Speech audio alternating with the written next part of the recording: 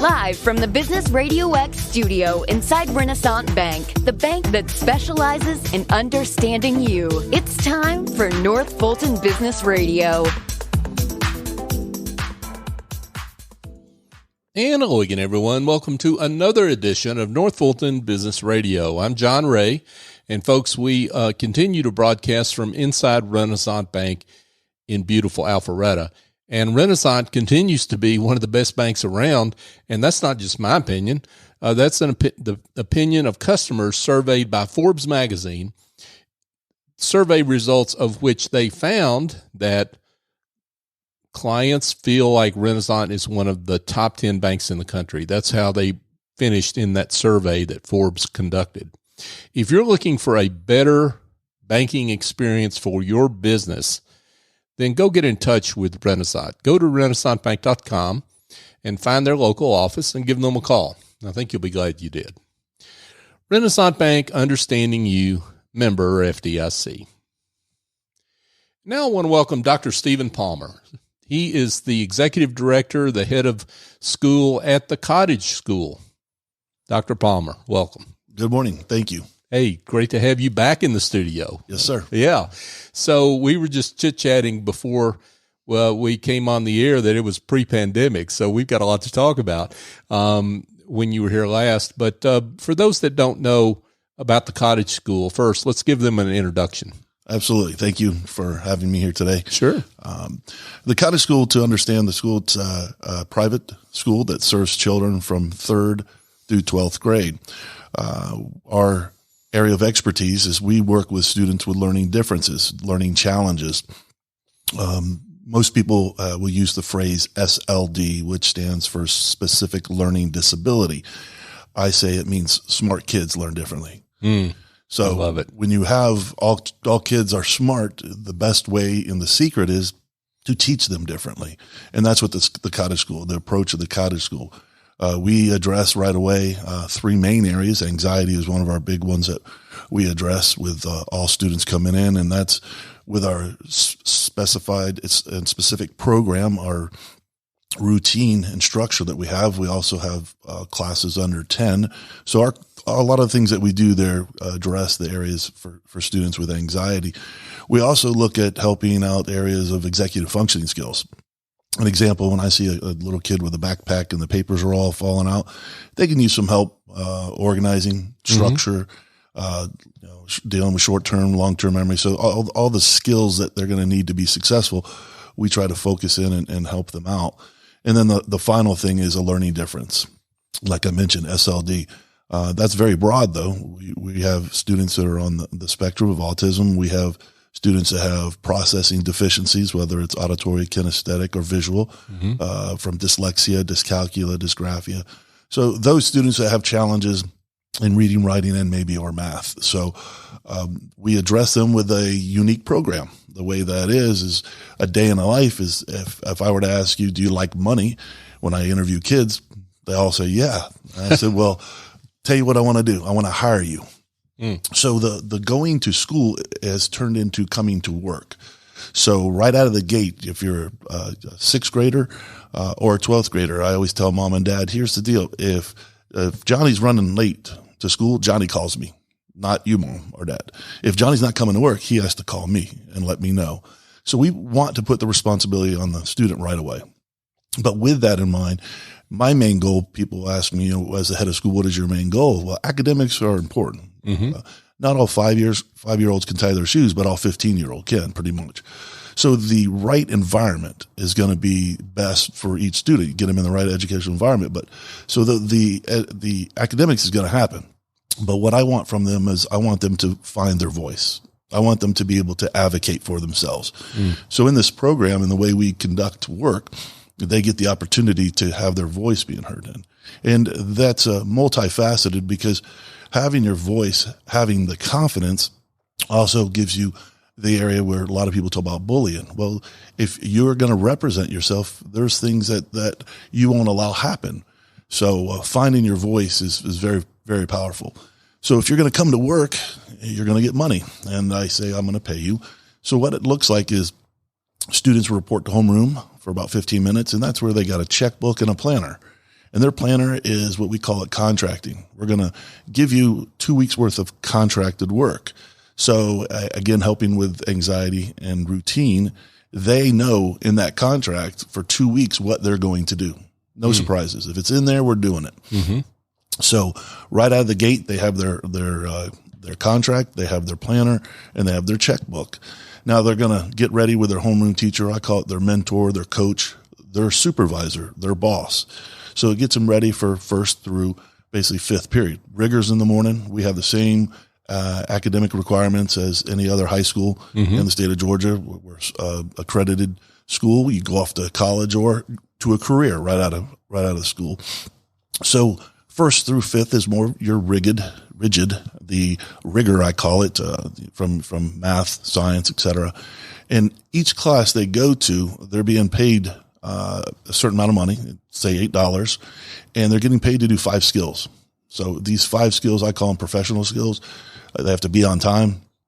You have to be appropriately dressed, meaning you got to dress like you're going to work. We have a dress code, not a uniform, but we want you to dress as you're going to a real job. Mm-hmm. The third thing is, do you have all your materials? We have one laptop program, so everyone has to have their laptop with them charged up, ready to go, and all their other materials they need. The fourth thing is working cooperatively, working together. How did you work with others? And that's a big thing for me because that's how the real world functions. You got to work together. Right. And the last and final thing is you get the job done. If you do those 5 things, you complete that task, then I write in your planner $8. So they'll go through each class getting paid $8, etc. Fifth period comes and it's like, you've worked very hard, put your books, your backpack away. It's time to continue learning, but let's have some fun with this too. So like when we were in school, we had electives. So we hold our electives in the afternoon. So they get to choose 2 electives, and those electives are Monday, Wednesday, and Tuesday, Thursday. Within those electives, we're on 24 acres, so we've got mountain biking as an elective. We have a family that owns a boxing studio, so we have boxing. We've got from dance to also some of the what I'm passionate about is some of the professional skills, some of the training and the electives. For example, culinary arts. We have a wonderful kitchen that we're renovating, turn into a chef's kitchen. So we've got culinary arts. We also have a carpentry shop. We've got a great tech lab that we're introducing. We're introducing drones. And, wow! We're working with robotics too. Mm-hmm. So there's a lot of the coding and programming that we're doing. So it gives students an opportunity to experience all levels. So those electives they'll go to and choose. And then at the end of the day, they go back to their homeroom and the teacher says, all right, let's get ready to organize for tomorrow. And let's make a deposit in your checking account. So they literally take out their checkbook. And a lot of people talk about financial literacy. Is something that's needed in schools. We're going on 38 years of working with this style of learning, which is very important. As we know, we're trying to not only teach school skills, but life skills. We want them to be prepared for the real world. So they'll go through that routine Monday, Tuesday, Wednesday, Thursday. Now Friday comes, it's a different day. Friday, they go to their homeroom, and then after the homeroom, they go to a business meeting. So what it looks like in this business meeting, you've got all the students of say high school and all the teachers and admin in this large area, our meeting room. So it is a time for you to, where I always say, find your voice. You get to use your voice. Like the real world, there are levels out there. So when you start a job, whether you're working for Home Depot, if you're working for Atlanta Braves, you start at an entry level. That's an E. You're being trained. You don't know exactly what you're doing, but you're going to get there. Then there's level 1, which you don't need the training anymore. You know your job. Level 2 is more of a supervisor. And then 3, I call it the big dog. That's your total salary.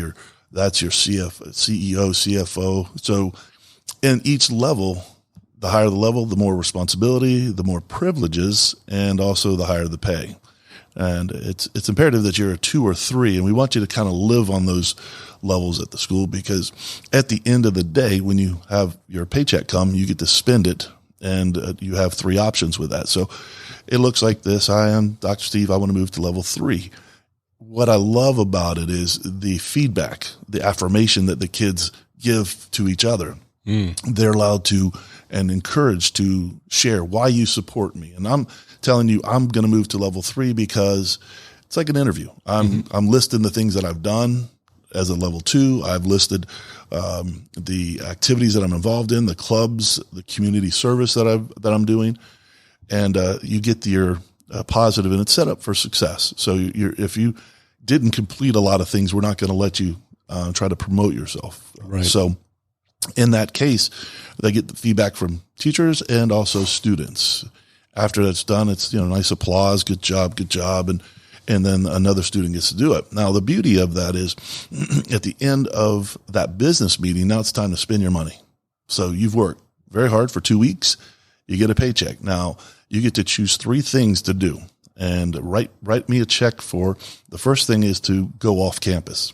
Now, what that means going off campus is we have it set up every 2 weeks through the calendar. So it's an incentive-based program. So Monday morning, I know in 2 weeks, this is what I'm working for. Right. This is what I'm working towards.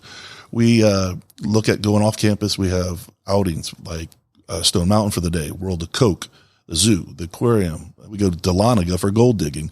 So these kids do specific activities that they are working towards every 2 weeks. Now, some might say, I've been to the zoo 100 times with my mom. I want to stay on campus. So the second option is an on-campus activity. And we'll do things from coding and program, bring in a company that'll help them understand and writing video games. Then we have a video game competition. We've done Olympic events on campus. One of my favorites is middle school's done. What they did before was they went on a cruise. Now, they didn't leave. They just decorated each classroom has a different port. So they had the music, the food, the culture. So there's a lot of learning going on in that aspect. So when I look at the education side, I'm looking at I call it mental wellness, and that links to the social and emotional pieces that is very important and that students need. So they have that choice to stay on campus, go off campus. And the third and final thing is you come to school to learn. You go to work to earn, and if you don't and didn't, then you got to make it up. So the students will work one-on-one with the teacher until they get their work done that they missed for those days. And once they complete that task, they can join their fellow colleagues on campus. Now, the whole goal of that is that we start off Monday morning. They have a zero in their bank account, and they get hired all over again for 2 weeks. And the goal is that everyone's academically current and ready to move on to the next chapter. So that's a day and a quick version of day in life for a student at the Cottage School. I love that. Wow, lots of questions, lots of places I could go. But let's talk to parents for just 1 second. How do I know my child is the right fit for the Cottage School? Great question. The first initial information session is a phone call. And that's with the admissions department. And then from there, we want to bring you in your paperwork. And I'm always a firm believer. I want to base my assessment on meeting the child too. So we want to have you come in, make sure it's something that you hear that we are offering that sounds like a perfect fit. And then you'll come back with your child, and we have ambassadors, which are students. They're non-scripted. The students do the tours, and it's a process. After that, then there's an application, and then we want to make sure that we have the right program and the right fit for every student that comes in. If not, we're still here because we're all about kids. That's why the school continues to grow and thrive, because we're all focused on what is best for the kids. And when you come in for that session, hopefully you'll see what I see. I call it the pixie dust. It's magic there. And that magic's because of the wonderful staff, the teachers that are very dedicated and love what they do, the staff that I work with, the team. So when you come in, that's what you get to see. Hopefully you see and feel that magic that I get to witness and be part of every day. Yeah, for sure. Dr. Stephen Palmer is with us, folks. Steve is the executive director. He's the head of school at the Cottage School in Roswell. Steve, I'm curious about this work-based learning model that you have. Is this the TCS program that we were talking about before we came on the air? Yes, sir. That's what you call it. Right. how this sounds unique to me, and maybe I've just had my head under a rock, but but this sounds unique to me across all different kinds of schools. Yes, sir. I mean, am I right about that? Or you are correct. It's a very unique program that delivers the maximum environment educational system for the whole student. When I say that, as I mentioned before, not just the academics, because we're going to focus on that, and we look at not just students that are behind. We have students that come in that are very excelled in certain areas. So we want to continue to challenge them. I have a young man years ago that got into MIT. Very bright young man, which most of my students, all of them are bright. Some are exceedingly talented in certain areas. So we don't want to hinder them back. But that young man dealt with a major anxiety issue. So he needed a smaller environment. So and that's why, visiting the Cottage School and hearing all the things that we offer is the best option for families to figure out if it's a right fit.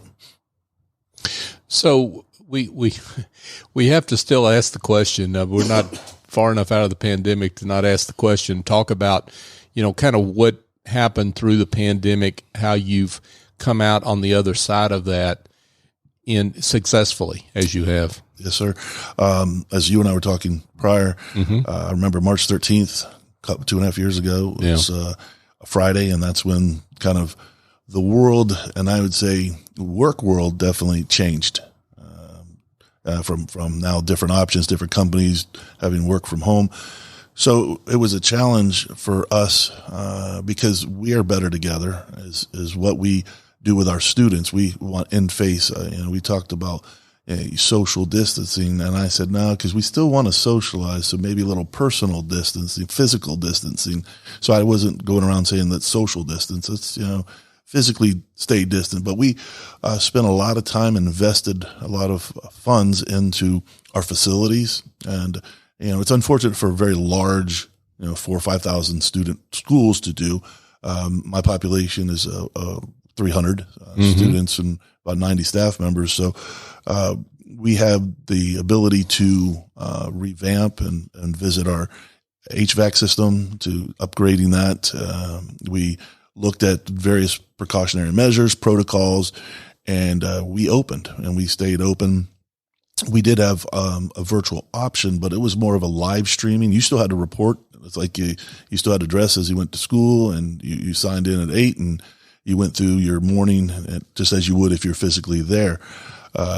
After that the second year came around, with COVID, we were predominantly on campus. Now, one of the challenges that I didn't mention is, just before March, when this happened, I broke ground to build a new building. Oh, lovely. The timing's everything, right? That was. And then learning about all the logistics and lack of supplies and shortage of labor. So I built a building during the pandemic, and we successfully opened that wonderful 2-story building last year. So towards the middle of the school year, we finally got it up and going. It's got a wonderful state-of-the-art tech lab and art studio. And again, it's to more or less enhance the students' learning on campus. So that was a challenge of its own to finish that. So, but we, and I say we, the wonderful team, the staff, the teachers, the board members, their support. I couldn't have done it without the board that supports the school and guided and how we're gonna stay open. And we did. And the main thing was keeping everyone safe, of course, because everyone would say, "Oh, we're all in this together. We're in the same boat together." And I said, "No, we're not in the same boat together. We're in the same storm." Certain people have different boats, and then when I say that, some have elderly parents that lived with them. So we are more of a family approach. We wanted to make sure that we were trying to take care of everybody and do the best for everyone. Yeah, that I love that. So, what we've I think witnessed is a lot of students still. I'm talking about across all schools, still carry an emotional toll from the pandemic and just how that happened and being away for so long. And it was really important for you and your staff to get students back. in school. And so you took some steps to make things safe, right? Yes, sir. That's a lot of people, you look at the technology out there. Yes, you can find information intellectually, but there's a couple things that you're not going to get. One is I look at that wellness, mental wellness, that social emotional piece. You need that interaction, especially for developing kids. And the third thing is, I say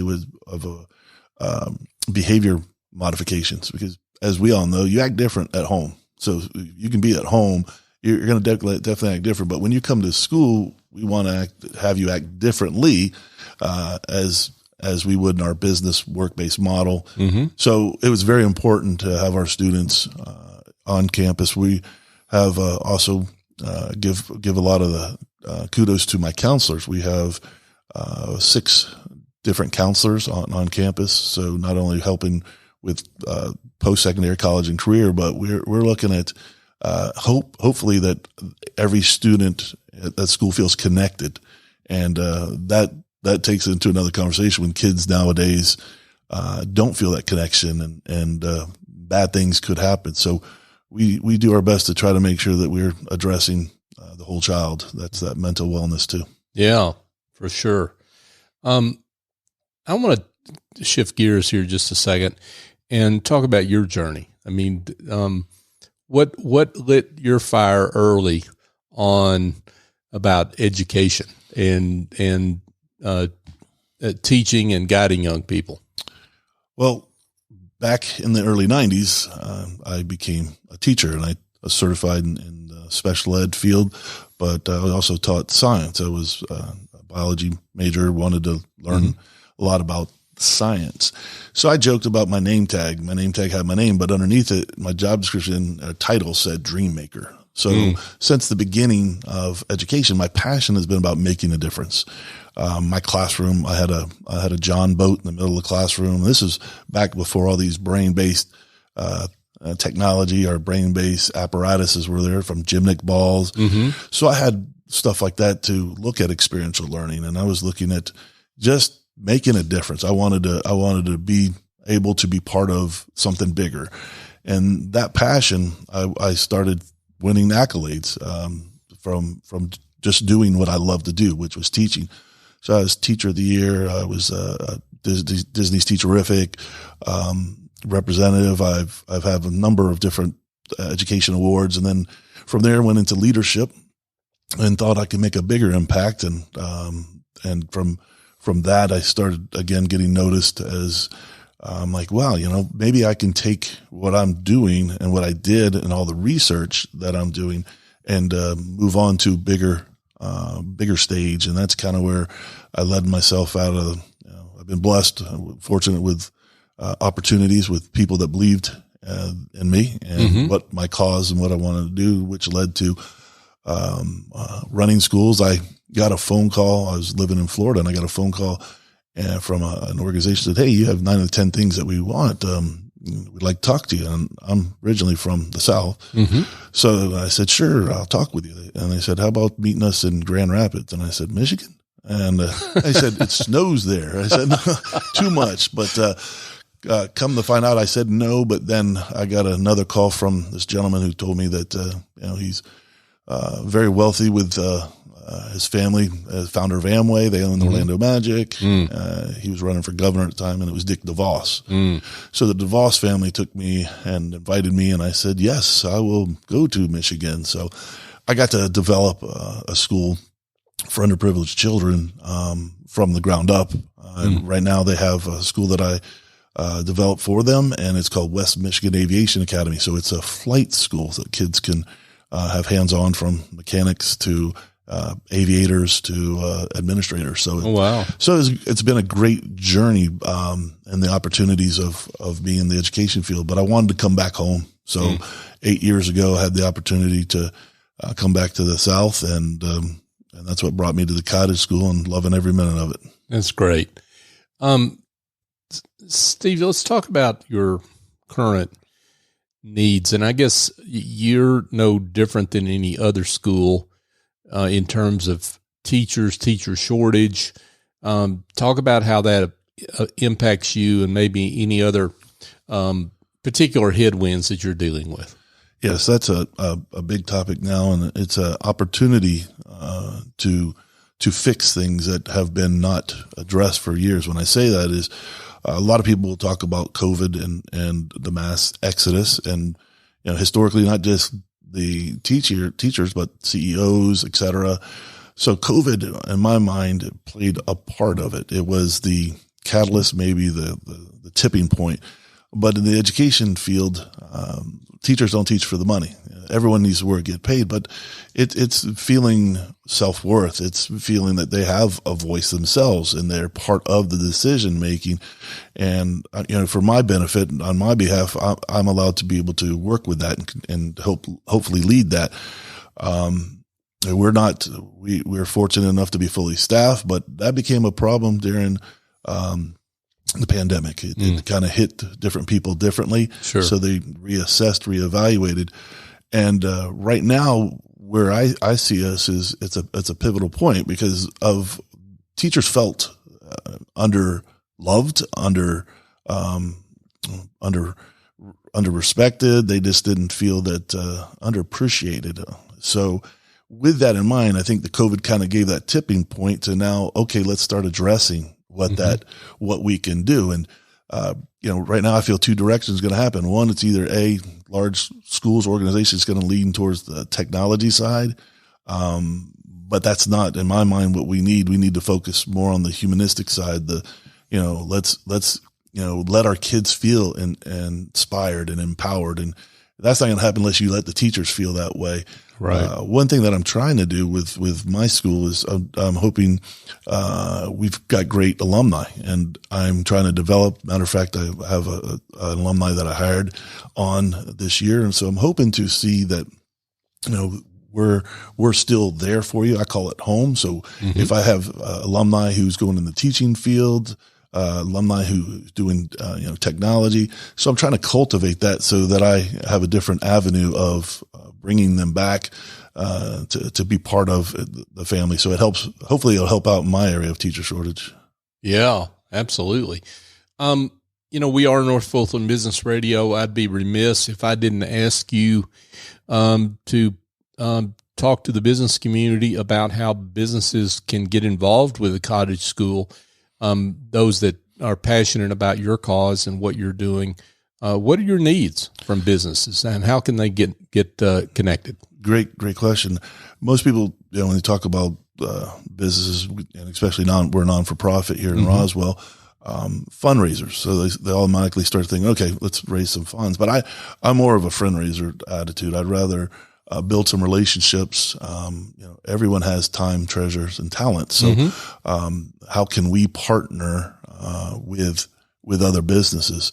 I have Sunshine and Rainy Day, an organization that came out, fell in love. We have a great relationship. They took care of us in our beautiful lobby. And they're a phenomenal organization, and they're helping out another school at the same time. Another organization, giving back. We opened up our school to let that other school utilize some room until their project got done. So I think to answer that question is we're all about trying to build some partnerships and some relationships, whether it be mentoring, whether it be participating on our campus for different events. We do things we got the big pumpkin run. We sponsor that. That's coming up here in October. We've got our first annual golf tournament that we're trying to kick off in May. So, as we and I, for our kids, we want to give back in our community. So we do a lot of work to help out, from food pantries to the senior citizen home. So if any business out there would love to be part of it, just, let's reach out, let's shake hands, and let's talk about being friends and see how we can build those partnerships. I love it. Dr. Stephen Palmer, folks, the executive director, head of school at the Cottage School. Wow. What great work you're doing. We appreciate you and all your team. And, it's just a delight to have you and celebrate that great work. Thank you. It's always a pleasure visiting with you. Yeah, thank you. But before we let you go, let's get to the most important question, which is for those that would like to be in touch, would like to know more, tell them how they can do that. Absolutely. The best way to go is to the website. Cottage School. It's thecottageschool.org. If you were to look at the Cottage School, there's lots of opportunities to get in touch with different departments, and love to talk with you. Love to personally give you a tour of the campus and let you see the happy smiles and all the fun stuff that's happening there. That's awesome. Dr. Stephen Palmer with the Cottage School. Thank you so much for being on the show. Thank you for having me. Absolutely. Hey, folks, just a quick thought for you. If you're looking for a different kind of team building experience, one that does not involve, mosquito bites or potentially broken bones, I've got a suggestion for you. Pick up the phone and call 678-336-9196 and ask for Executive Chef Andrew Traub at A&S Culinary Concepts. Yes, I know that's not what you were expecting me to say, but they have, Andrew and his team have a great culinary studio. They've got corporate catering and all the things you would expect, but they also do a corporate team building activity that is fantastic. And I'm actually going to be there in a couple of weeks, and I'm really looking forward to it, because what happens is you gather around, you cook together under the direction of Andrew and his team, and eat what you cook, and it's just a lot of fun. And that's what you're looking for with a team building activity. So if you're looking for something different and something that's impactful for your team, give Andrew a call, and I think you'll be glad you did. And folks, just a quick reminder, our show, North Fulton Business Radio, is on all the major podcast apps. You can find us by searching North Fulton Business Radio, and what you'll find is over 500 episodes. Yep, we've hit that point, and where we've celebrated business and community leaders like Dr. Palmer for the great work that they do. What we ask you to help us do is celebrate their work. And the best way to celebrate their work is to share the show. So if you've heard something here in this show or any other show of ours that makes you want to think of someone else that needs to hear that show, needs to hear that business leader, please share it. It helps us help them. And that's what we're all about here at Business RadioX. So for my guest, Dr. Stephen Palmer with the Cottage School, I'm John Ray. Join us next time here on North Fulton Business Radio.